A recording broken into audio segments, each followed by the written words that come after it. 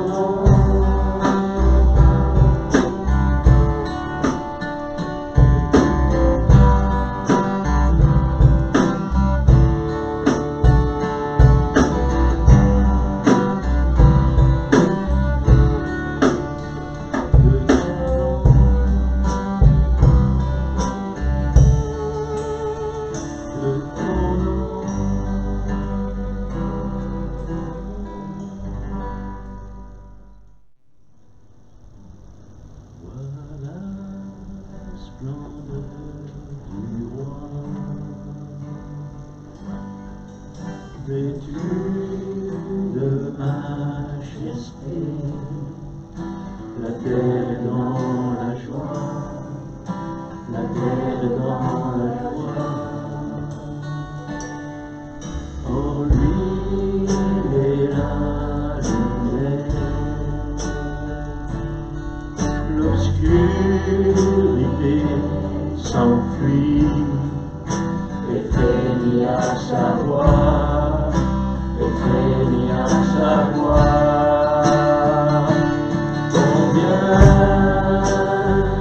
Dieu est grand, chantons le grand Dieu.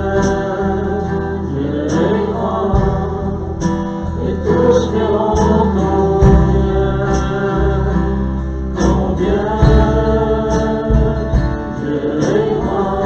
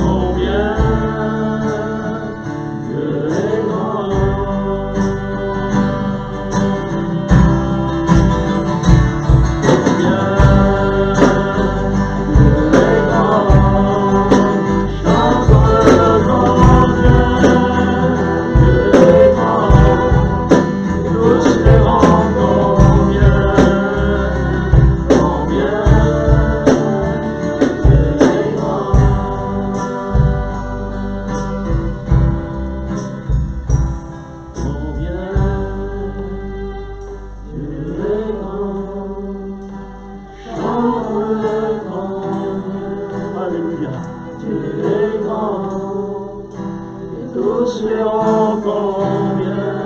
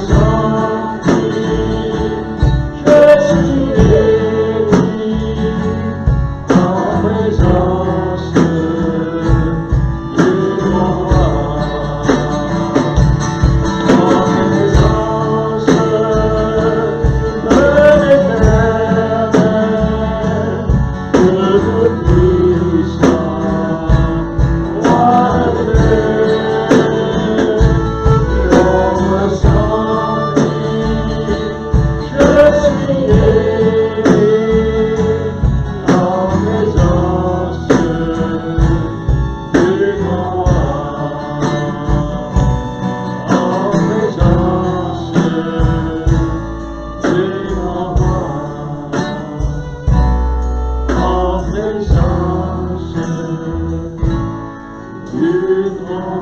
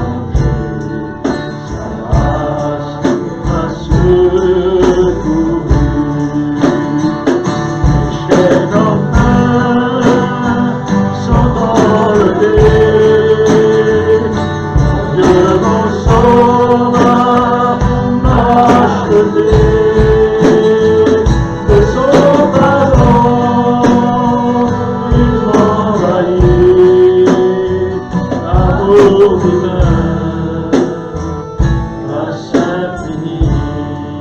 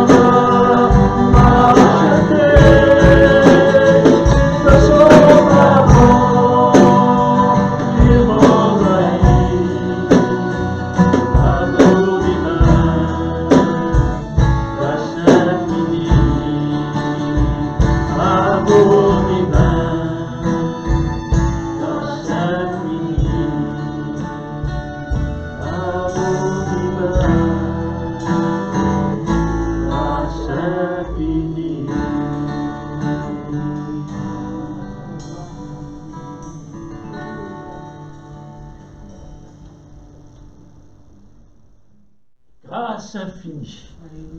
Grâce infinie. C'est ce que Dieu a fait pour nous, frères et sœurs. Comment pourrions-nous encore chercher ailleurs autre chose? Puisque nous avons tout.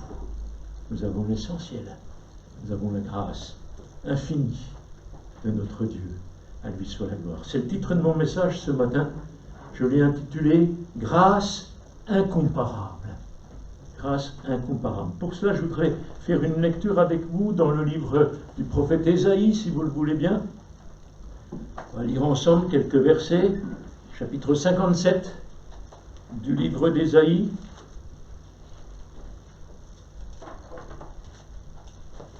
On va lire à partir du verset 13, deuxième partie du verset 13.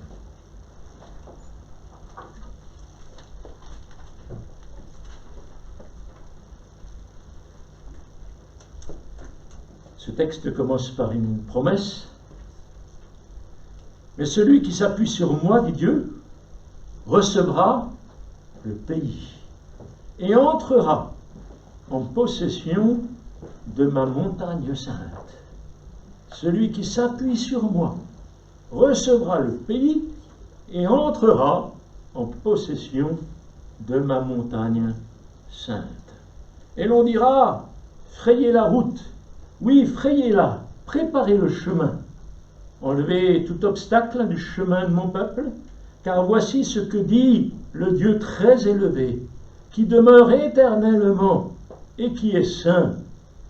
J'habite dans un lieu qui est très haut et saint, mais je demeure aussi avec l'homme accablé, à l'esprit abattu, pour ranimer la vie de qui a l'esprit abattu et raviver le cœur des hommes accablés.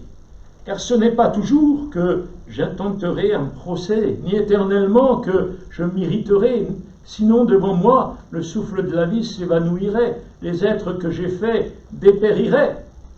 L'avidité coupable du peuple d'Israël m'avait mis en colère, alors je l'ai frappé, et je me suis caché dans mon irritation. Mais lui, rebelle, il a suivi la voie où l'inclinait son cœur. J'ai bien vu sa conduite, mais je le guérirai et je le conduirai. Je lui accorderai une pleine consolation à lui et aux siens affligés. Je créerai sur leurs lèvres des hymnes de louange. Paix, paix à qui est loin, comme à ceux qui sont près, déclare l'Éternel. Oui, je le guérirai. Amen. Amen. Et ça termine par une promesse. Oui, je le guérirai, dit Dieu. Je ne sais pas ce que vous en pensez, pour moi c'est un texte magnifique, d'une grande profondeur. On a l'impression que tout le message de la Bible est décrit là dans ce verset 57. Tout le contexte de ce verset parle de cette grâce infinie qu'on vient de chanter, cette grâce incomparable de Dieu envers le reste fidèle de son peuple, Israël, en opposition bien sûr avec ceux qui se sont livrés à l'idolâtrie, au mépris de leurs compatriotes. Mais vous noterez, au milieu du verset 13, vous noterez le « mais », M-A-I-S, « mais ». Tout le reste est là. Bien sûr, Dieu ne cache pas l'éloignement de son peuple, Dieu ne cache pas son idolâtrie, non, pas du tout. Mais, Dieu veut le bénir, Dieu veut le guérir, à Dieu soit la gloire. Quelle grâce, dites-moi. Quelle grâce incomparable. D'après le dictionnaire, la grâce, c'est ce qu'on accorde à quelqu'un pour lui être agréable, sans que cela, bien sûr, lui soit dû, avec des synonymes. On pourrait prendre avantage, c'est un synonyme de la grâce. Bienfait, c'est un synonyme de la grâce. Don, faveur, tout cela, ce sont des synonymes de la grâce. La Bible Online, elle dit que c'est un des mots les plus utilisés de la Bible, et ça ne m'étonne pas. Plus de 170 fois, il est question de la grâce dans la Bible. Mais c'est normal. Notre Dieu est un Dieu de grâce. Alléluia. Notre Dieu est un Dieu de grâce. Et bien ce mot grâce, il signifie attrait, charme, dans un premier sens. Dans un deuxième sens, bienveillance, faveur. Un troisième sens, bienfait, bénédiction. Et puis un quatrième, un dernier, remerciement, expression de gratitude. D'où l'expression que vous connaissez bien, l'action de grâce. C'est ce que nous dit Paul on peut demander un tas de choses, mais n'oublions pas l'action de grâce. N'oublions pas la reconnaissance. N'oublions pas comme quand on nous donne quelque chose, de dire merci. Merci à notre Seigneur. Alors ce verset 15 là d'Ésaïe 57 nous parle de cette grâce incomparable de Dieu, cette grâce qui pardonne, cette grâce qui secourt, cette grâce qui guérit. Et c'est ce que je vous invite à retenir du message de ce matin. Ce verset tourne autour de Dieu lui-même, d'abord ce qu'il est, de ce qu'il représente pour chacun de nous, et puis ensuite de ce qu'il désire accomplir pour nous. Parce qu'il veut accomplir des choses pour nous. On a vu ces promesses merveilleuses qui sont là. Tout d'abord, qui est Dieu? La Bible nous dit là ici qu'il est haut, élevé. Des versions de la Bible parlent du très haut. C'est exactement la même chose. La suite du verset nous dit qu'il demeure dans des lieux élevés. Ça nous situe un petit peu, notre Dieu. Et en quoi est-ce important que Dieu soit élevé? Eh bien, moi ça me rassure de savoir que mon Dieu est élevé. Parce qu'il domine. Quand on est en hauteur, on domine. Si vous montez au baril là-haut, vous allez dominer toute la vallée. On domine quand on est en hauteur. Et on domine aussi les temples des dieux païens. On domine aussi les collines, les montagnes. On domine aussi nos ennemis. Alléluia. Notre Dieu, il domine. Il est le maître. Il est dans les lieux élevés. Il prend aussi, et ça c'est important, il prend de l'altitude par rapport à nos problèmes. Nous, on est dedans, on est en face, on se le prend de pleine face, mais lui, le Seigneur, il est élevé. Alléluia, il est élevé, et il prend de l'altitude face à nos difficultés, face à nos problèmes. Il les relativise, et ça fait du bien, vous savez, parfois, de relativiser. Ça fait du bien.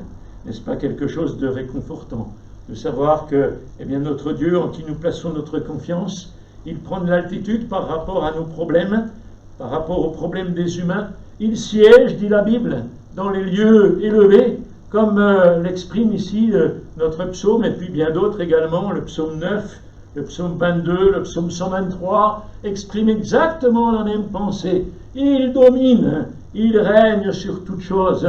Dieu est au-dessus de la mêlée. Dieu est au-dessus de ton problème, mon frère, ma soeur. Dieu est au-dessus de ta maladie. Alléluia. Il règne. Il domine toutes choses. Et heureusement pour nous. Heureusement pour nous qui parfois nous disputons, nous soucions pour des broutilles, pour des futilités. Il règne. Il est élevé. Il est au-dessus. Et puis deuxième point, il est éternel. Sa demeure est éternelle, nous dit le texte. Arrivez-vous à vous imaginer un peu ce que représente l'éternité? Si on prend en mathématiques, on a symbolisé cela avec le signe infini. Et Blaise Pascal, ce mathématicien et en même temps philosophe chrétien du XVIIe siècle, il avait été émerveillé et même effrayé par l'infini de Dieu. Il disait: la grandeur éternelle de ces espaces infinis m'effraie. Waouh! Il était effrayé par la grandeur de Dieu. Je ne sais pas si elle vous effraie, la grandeur de Dieu. Savoir qu'il est au-dessus de tout, savoir qu'il est l'éternel, qu'il est infini, qu'il n'a pas de commencement et qu'il n'a pas de fin. Ça peut peut-être nous émerveiller. C'est une notion qui n'a pas de limite, et nous sommes tellement limités. Ça fait du bien de savoir que notre Dieu est illimité. Ce n'est pas quelque chose d'impersonnel, c'est notre Dieu, c'est notre Sauveur, c'est notre Seigneur. Moi, ça dépasse mon imagination, là. Ça m'époustoufle de savoir que mon Dieu règne, qu'il est au-dessus de toutes choses.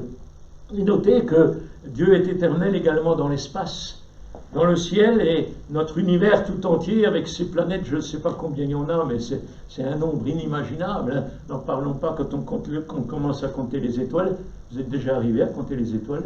Non, Et d'ailleurs, c'est ce que Dieu disait à Abraham: vas-y, compte les étoiles. C'est pas possible. Pas possible. Elles sont nombreuses, immensément nombreuses. Toute cette galaxie, c'est quelque chose de merveilleux. Et notre Dieu est au-dessus de tout cela. Quand on imagine un petit peu, quand on laisse un petit peu naviguer ses neurones, eh bien on se rend compte que notre Dieu est grand, comme on l'a chanté tout à l'heure. Combien Dieu est grand. Alléluia. Combien il est grand, le Seigneur. et même les siècles qui défilent, hein, les uns après les autres. C'est cela l'éternité. C'est cela l'éternité. Pas de commencement, pas de fin. Et ce qui est formidable, eh bien, c'est que notre Dieu nous a sauvés pour que nous puissions vivre quelques années sur la terre. Ah, ça ne vous choque pas? Non, il ne nous a pas sauvés pour ça, pas du tout. Il nous a créés un peu pour cela, si on tient compte des conséquences du péché. Mais sinon, on était créés éternellement. Et puis, quand Dieu nous régénère, quand il nous sauve par l'œuvre de Christ à la croix, il nous ouvre le chemin de l'éternité. À Dieu soit la gloire. C'est pas fini, frères et sœurs. C'est pas fini. Et c'est pas parce qu'ici-bas, ça va se terminer un jour. Pour chacun, pour tout le monde. Mais ce qui est sûr, c'est que dans le ciel, ça va continuer. Amen. Béni soit Dieu pour chacun de nous. Et puis, je passe très vite maintenant, il est saint. Son nom est saint. Il habite dans la sainteté, nous dit le verset 15. Après sa grandeur, son éternité, vient sa sainteté. Être saint, c'est être blanc, être pur, être immaculé, c'est-à-dire sans péché. Et là, il est question de cela dans l'épisode de Moïse, avec le buisson ardent, vous vous en souvenez, hein? Ôte tes sandales de tes pieds, dira Dieu à Moïse, parce que le lieu sur lequel tu te tiens est saint. La sainteté de Dieu, c'est la pureté.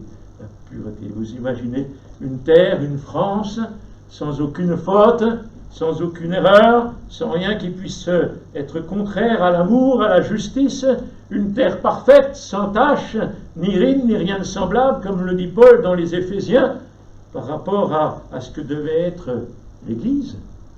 Oui, l'Église, elle est appelée à cela, n'est-ce pas, hein? Elle est appelée à être pure, sans tache, ni ride, ni rien de semblable. Et c'est ce que Dieu veut faire de son Église. Amen. Et c'est son état, ce sera son état quand elle sera avec le Seigneur dans le ciel. En Ésaïe chapitre 6, le prophète avait eu une vision de cette sainteté, hein, vous vous souvenez. Et quand il a eu la vision de la sainteté, qu'est-ce qu'il a dit, Ésaïe? Il a dit, malheur à moi! Malheur à moi, parce que je suis un homme dont les lèvres sont impures. Je suis pécheur. Et face à la grandeur de Dieu, face à sa sainteté, eh bien nous aussi nous réalisons combien nous sommes pécheurs, combien à certains moments nous sommes encore en train de pécher contre le Seigneur, contre sa parole. Réfléchissons un instant. Si Dieu n'était pas parfait, alors à quoi bon pourrions-nous se confier en lui? À quoi bon lui faire confiance?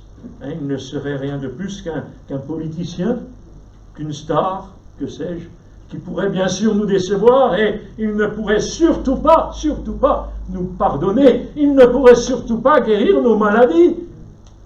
Personne pour nous ouvrir le ciel.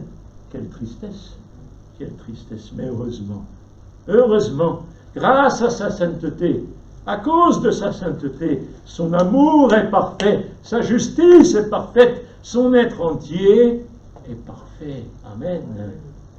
Alors, on pourrait très bien s'arrêter là et faire une courte pause dans cette prédication et puis chanter ensemble « Majesté, à lui la majesté, à Jésus, honneur et gloire ». Hein, on l'a chanté la semaine dernière. Voyez-vous ce qui est formidable, frères et sœurs, ce qui est incroyable, hein, ce qui au point de vue humain n'est pas concevable, hein, eh bien c'est que Dieu, eh bien il ne reste pas sur son perchoir, mais il s'approche des hommes.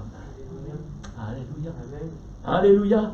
À Noël, Jésus est venu sous la forme de ce petit enfant.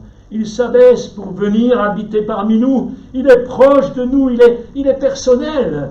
C'est mon sauveur. Bien sûr, vous pouvez le dire aussi en ce qui vous concerne. Hein.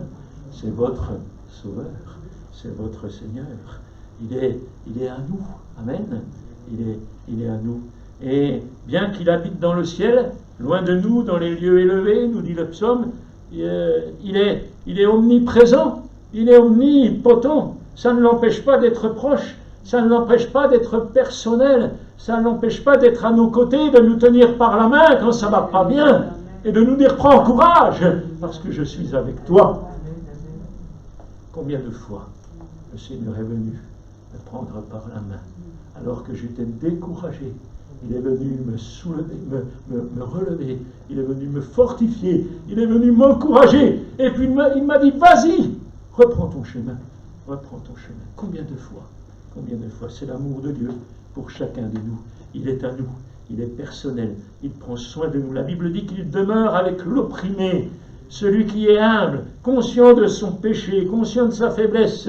C'est ce qu'avait aussi compris le roi David, vous savez, après qu'il ait péché gravement avec Bathsheba et qu'il se soit repenti. Vous pourrez lire chez vous le psaume 51. Vous verrez comment il va répandre son âme devant Dieu et demander pardon à Dieu. Et notre Dieu, qui est un Dieu d'amour, il va le relever, il va lui redonner la royauté. Alléluia. On a un Dieu qui est bon, n'est-ce pas? Un Dieu qui nous aime, un Dieu qui prend soin de nous. Ça me fait penser aussi aux béatitudes dans l'évangile de Matthieu au chapitre 5. Il y en a plusieurs, là, dont une au verset 3, qui dit « Heureux les pauvres en esprit, car le royaume des cieux est à eux. » À toi, à moi, à nous. Le royaume des cieux, frères et sœurs, il est à nous. Alléluia. Heureux les pauvres en esprit. Alors j'ai déjà eu l'occasion, bien sûr, de préciser cette expression, pauvre en esprit, ou en Ésaïe 57, humilié dans son esprit. Ça ne signifie pas du tout être simplet, ça ne signifie pas du tout être simple d'esprit. Non, pas du tout. Le mot employé ici pour humilier signifie littéralement briser, abattu. Et c'est ce que nous sommes devant Dieu, n'est-ce pas? Accablé, et donc forcément abaissé. Et lorsqu'on s'abaisse, eh bien le Seigneur est celui qui nous relève. Alléluia. Il relève ceux qui s'humilient. Il relève ceux qui s'abaissent. Alors il y a deux aspects là-dedans. Le premier, c'est la faiblesse, notre misère, notre petitesse, notre accablement. Et puis le deuxième aspect, c'est notre humilité devant Dieu. Reconnaître ce que nous sommes et ce que lui, il est. C'est notre abaissement, c'est notre disponibilité devant lui, en disant, Seigneur, moi je ne suis rien, mais toi tu peux te servir de moi.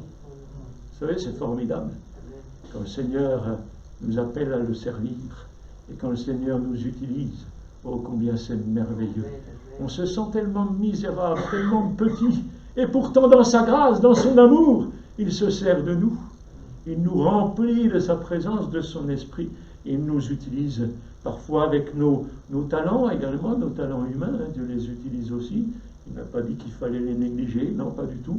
Dieu les utilise, et je bénis Dieu pour les frères et sœurs musiciens au milieu de nous qui utilisent ce talent. Et puis bien d'autres, bien sûr, il n'y a pas que la musique. Dieu utilise aussi. Dieu veut se servir de nous. Qui que nous soyons, Dieu veut se servir de nous. Alors mon frère, ma sœur, si tu ne fais rien encore pour le Seigneur, eh bien c'est le moment de te mettre à genoux et de dire, Seigneur, qu'est-ce que je peux faire pour toi? Comme disait l'apôtre Paul, que veux-tu que je fasse? Et Dieu lui a dit ce qu'il attendait de lui. Dieu nous le dira certainement. Alors, on a un Dieu qui est grand, un Dieu qui est merveilleux, un Dieu qui est tout-puissant. Et ce Dieu-là, eh bien, il veut faire des grandes choses pour nous. Ça, c'est la bonne nouvelle. On a lu tout à l'heure les versets d'introduction. Celui qui s'appuie sur moi recevra le pays, entrera en possession de ma montagne sainte. Quelle promesse merveilleuse! Et puis il termine, oui, je le guérirai. C'est ce que Dieu veut faire. Alors puissions-nous écouter ces paroles du prophète Ésaïe, pour nous très, très personnellement, ça s'adresse à chacun de nous en particulier, c'est ce que Dieu veut faire pour nous. Il veut tout simplement, mais ô combien c'est merveilleux, il veut venir ranimer, c'est-à-dire redonner vie. Ah, j'aime bien ça, j'aime bien. Il y en a qui tuent, mais notre Seigneur, lui, il redonne vie. Alléluia. Il rend la vie, il porte à l'existence, il porte à la vie, il fait que ça bouge, ce n'est pas le Dieu de la mort, non, c'est le Dieu de la vie. Il veut que c'est la vie. Il veut ranimer qui? Eh bien, il veut ranimer les esprits humiliés. Il veut ranimer les cœurs opprimés. C'est le bouche à bouche de Dieu, vous savez, comme c'est merveilleux. Le bouche à bouche du Seigneur, le massage cardiaque de Dieu. Il paraît que quelqu'un à qui on fait le bouche à bouche ou le massage cardiaque, eh bien il ne peut pas mourir. Hein, on va tenir son esprit oxygéné, hein, le sang va continuer à circuler, bien sûr les pompiers vont pouvoir faire la suite, le ramener à la vie. Un siècle après Ésaïe, un autre prophète, le prophète Ézéchiel ici, eh bien il a eu une vision d'ossements desséchés, c'était mort, des os, imaginez un peu, un tas d'os, un sac d'os, imaginez un peu, des os à qui Dieu redonnait vie. Vous relirez Ézéchiel 37. Eh bien le Seigneur veut faire la même chose avec chacun de nous. Vous allez me dire, mais je ne suis pas mort. Je ne suis pas mort, peut-être pas, mais on a besoin d'être ranimé. On a besoin d'être fortifié. On a besoin d'être vivifié, ramené à la vie par le Dieu de la vie. Alléluia. Par l'esprit de vie qui veut souffler encore dans nos cœurs, qui veut souffler dans nos vies. Il désire nous redonner la vitalité, il désire nous redonner la vie. Nous pouvons aussi dire que Dieu se bouge pour son peuple. Tout ce qui fait obstacle à l'activité de son peuple, tout ce qui fait obstacle à un retour à lui, à Sion, hein, c'est l'image de Jérusalem dans la Bible, eh bien il nous dit que tout doit être enlevé, tout doit être ôté. Il est question de lui laisser le champ libre. Hein.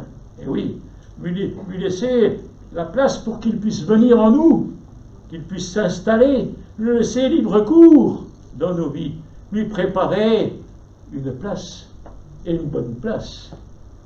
Parfois, on a laissé au Seigneur une place qui n'est pas la sienne.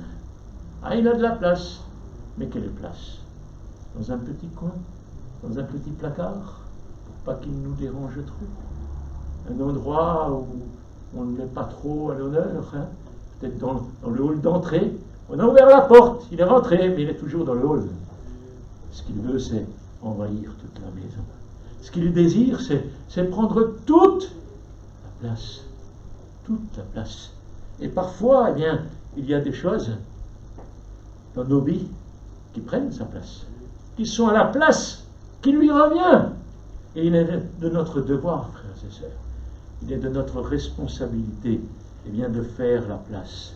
Que tout obstacle soit ôté, dit la parole, que tout obstacle soit ôté, lui laisser la place pour qu'il vienne, qu'il ait libre cours dans nos vies. Regardez les versets 18 et verset 19 qui précisent concrètement les choses que Dieu va accomplir dans nos vies. Si on lui laisse la place, si on le laisse agir, vous savez ce qu'il va faire? Je le guérirai. C'est pas mal déjà, qu'est-ce que vous en pensez? Et le mot guérir, là, c'est Rapha, ça implique en hébreu la restauration. Hein? Pas la guérir simplement les maladies. Bien sûr, Dieu nous guérit, alléluia. Et on lui fait pleinement confiance pour nos bien-aimés qui n'ont pu être des nôtres ce matin parce qu'ils sont souffrants. Dieu guérit encore aujourd'hui, mais Dieu restaure. Dieu restaure. Alléluia, ça vaut la peine. Dieu désire restaurer nos vies. Ces vies peut-être un peu chaotiques, ces vies parfois ô combien compliquées. Mais c'est nous qui les avons compliquées. C'est pas Dieu, on n'est pas né comme cela. On a compliqué les choses. Et la nature humaine continue à compliquer les choses. On a besoin d'être restauré. Et c'est ce que Dieu veut faire. Je le guérirai, dit-il. Je le guiderai également. Ou je le conduirai, d'une autre version. C'est le même mot employé pour exprimer ce que Dieu a fait pour diriger son peuple dans le désert. Dieu a conduit son peuple dans le désert. Ils n'avaient pas d'autre moyen de toute façon. Ils avaient le Seigneur. Et c'est le Seigneur qui les a conduits. Frères et sœurs, dans ce monde où nous n'y voyons pas clair, dans ce monde de ténèbres, nous n'avons pas non plus d'autre moyen pour avancer que de suivre le Seigneur, de se laisser conduire et diriger par lui. Comme un berger qui guide ses brebis vers l'enclos, vers la sécurité, notre enclos à nous, il est là-haut. Amen. Non, ce n'est pas votre belle villa que vous avez fait construire. Hein, non, notre enclos à nous, il est là-haut. La villa, elle restera sur la terre. Les enfants l'abandonneront, ils en feront ce qu'ils voudront. Peu importe. Notre enclos, il est là-haut.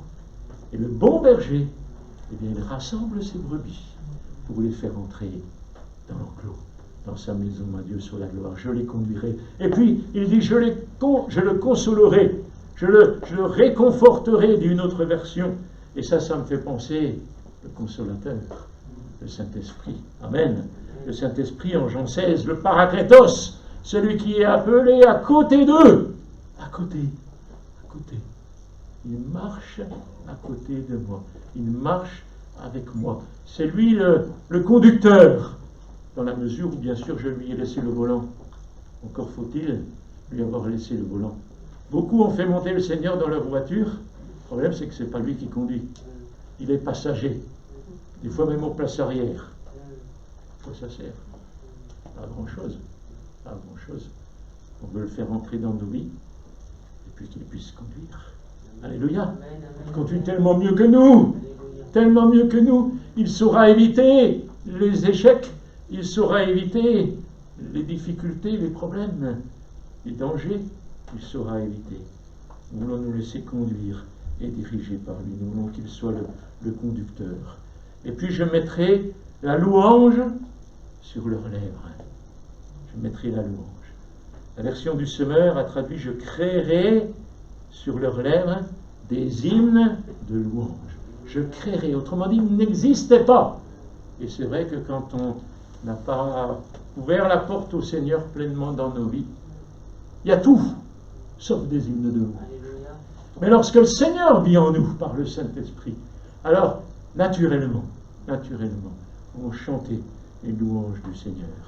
Je créerai sur leurs lèvres des hymnes de louange. Il y a un effet dans l'original hébreu, là, l'idée de créer, c'est important.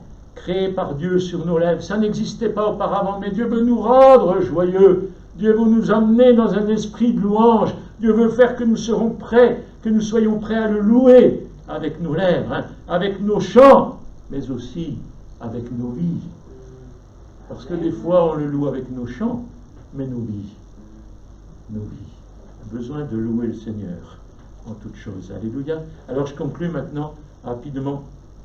Je disais en introduction qu'il y a ici tout le contenu du message de Dieu pour nous. C'est vrai qu'on pourrait très bien résumer la Bible, je ne le ferai pas, on en a besoin de toute la parole, n'est-ce pas? On ne va pas rejeter le reste, non, pas du tout. Mais ce verset est central, ce verset est essentiel. D'abord, Dieu se présente comme celui qui est haut et élevé, celui qui est l'Éternel, celui qui est saint, celui qui est proche de nous, celui qui est personnel. Et là, ça nous parle de l'Évangile, n'est-ce pas? Ça nous parle de l'Évangile. En deuxième lieu, ce que Dieu a fait pour nous, en nous ramenant à la vie, en nous ranimant, en soufflant à nouveau dans nos narines et en nous donnant un cœur nouveau. Alléluia, un cœur nouveau. Il y a là toutes les étapes de la conversion. C'est pas grand-chose ce verset, mais toutes les étapes de la conversion. Et enfin, que dit la deuxième partie d'Ésaïe 57, verset 19? Le Seigneur dit, je donne la paix à ceux qui sont loin comme à ceux qui sont près. Et cette pensée également, eh bien, elle est reprise aussi dans le Nouveau Testament. C'est l'apôtre Paul qui dit, en rapport avec la venue de Jésus-Christ, le Christ est venu annoncer la bonne nouvelle de la paix. On en a bien besoin, en toutes circonstances. Je ne sais pas où, nos cœurs sont malmenés, nos vies sont blackboulées avec tous ces contextes dans lesquels nous vivons, et nous avons besoin de vivre la paix de Dieu, n'est-ce pas? Nous avons besoin de vivre toutes ces choses. Et c'est là tout le message de Noël. Paix sur la terre. Amen, alléluia. Paix dans nos cœurs également. Paix dans nos vies, paix dans l'Église de Jésus-Christ. Je connais des chrétiens qui sont complètement affolés par les circonstances que nous traversons. Pourquoi? Il est venu nous apporter la paix. Alléluia. La paix. Quoi qu'il arrive, et on ne sait pas quand est-ce que ce sera fini, si ça se trouve jamais. Peu importe. Et alors, on va arrêter de louer le Seigneur? Alors on va arrêter de se retrouver? Alors on va arrêter de servir le Seigneur? Non, certainement pas. Je veux continuer malgré tout, parce qu'il me donne sa paix. Alléluia. Alors bien sûr, ne me faites pas dire ce que je n'ai pas dit. Il y a les gestes barrières, et comme je l'ai dit en introduction, on respecte les gestes barrières qui nous sont demandés. Mais nos cœurs, eux, ils sont dans la paix. Alléluia. Nos cœurs sont dans la paix. Et je peux en toutes circonstances louer le Seigneur. C'est cela la vie de l'esprit. Louer le Seigneur quand tout va bien, c'est charnel. C'est charnel. Mais louer le Seigneur quand tout va mal, là c'est spirituel. Amen. C'est l'action de l'Esprit en nous qui produit la paix de Dieu et la joie dans chacun de nos cœurs. C'est le message de Noël. Et pardonnez-moi d'y revenir, cette bonne nouvelle dont le contenu est la paix, le shalom. Ah, le shalom de Dieu, le bonheur finalement, le bien-être. Le bien-être. Tout va bien. Tout va bien. Il n'y a qu'à voir dans notre société la haine qui se déchaîne, ces jeunes de bonnes rivales qui s'entretuent pour de la drogue, cette violence qui a souvent même cours à l'école, avec des enfants bas âge, qui a cours également dans les familles, dans les couples. Terrible. Jésus est venu apporter la paix. Alléluia.